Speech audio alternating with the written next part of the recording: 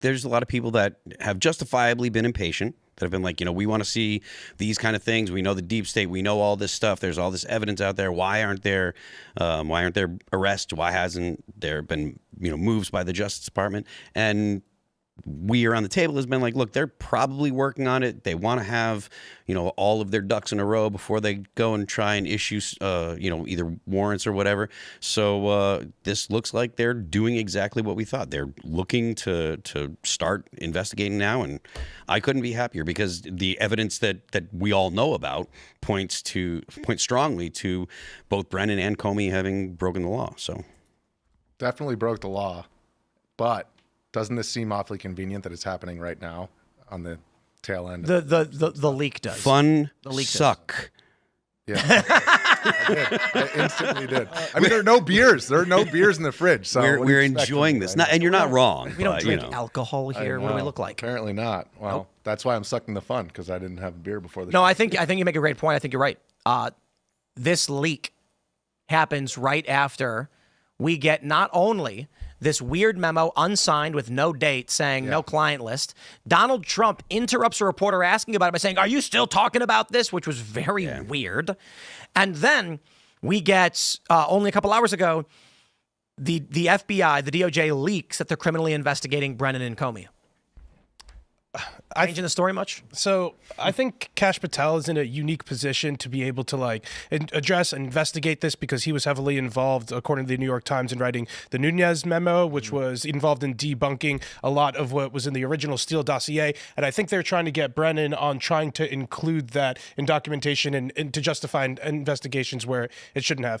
I just totally agree with you guys, though, that it is a red herring at this point, and the FBI and Dan Bongino need an easy win here. And I think that's what they're looking for. So you think this is a red herring? So they're going to go ahead and start a whole investigation just because of the failure to produce something that's tangible regarding the Epstein file? I do think that there was corruption involved with Brennan and Comey. However, I don't think they're going to have enough evidence to convict them on anything. We'll see what happens down the line. Well, we'll see what comes of the investigation. I just think the time is awfully convenient, and I think this is really red meat to the MAGA base, which is needed, I think, from the Trump administration's perspective right now. So I think this is skeptical of timing then?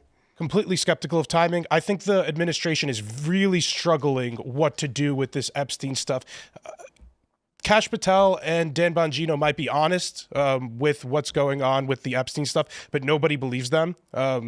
Whether or not that's that's right or wrong, at this point, nobody believes them. Also, it's ironic coming from Kash Patel and Dan Bongino because you could go back in time and see what they've said about the Jeffrey Epstein stuff going so far back, and they used to be the loudest guys talking about these issues. And the fact that there's nobody else that the hammer's falling down on here, I usually hate when I think people talk a little bit too much about the Epstein stuff, but I think people are valid in their feelings right now in how they're, we're really not given enough. It seems like they are hiding things. It just frankly does. And the way the president talked about it today, you could tell he's frustrated to keep hearing about it. I don't disagree with any of that stuff. Like any of the things you said about the Epstein stuff, like it is unsatisfying. It doesn't give enough information. There are way too many questions. But at the same time, I do think that all of the indications are that Brennan and Comey, probably along with Barack Obama and Hillary Clinton, they broke the law when they started all the investigations into Donald Trump. They started the Russia collusion stuff. That was all a violation of the law. And so anything they do when it comes to investigating these guys, it's all legitimate and it needs to happen. To be honest with you, as much as there's an emotional motivation to get Epstein and see some kind of retribution for all the terrible things that he's alleged to have done and that he's been found to actually have done in court and stuff.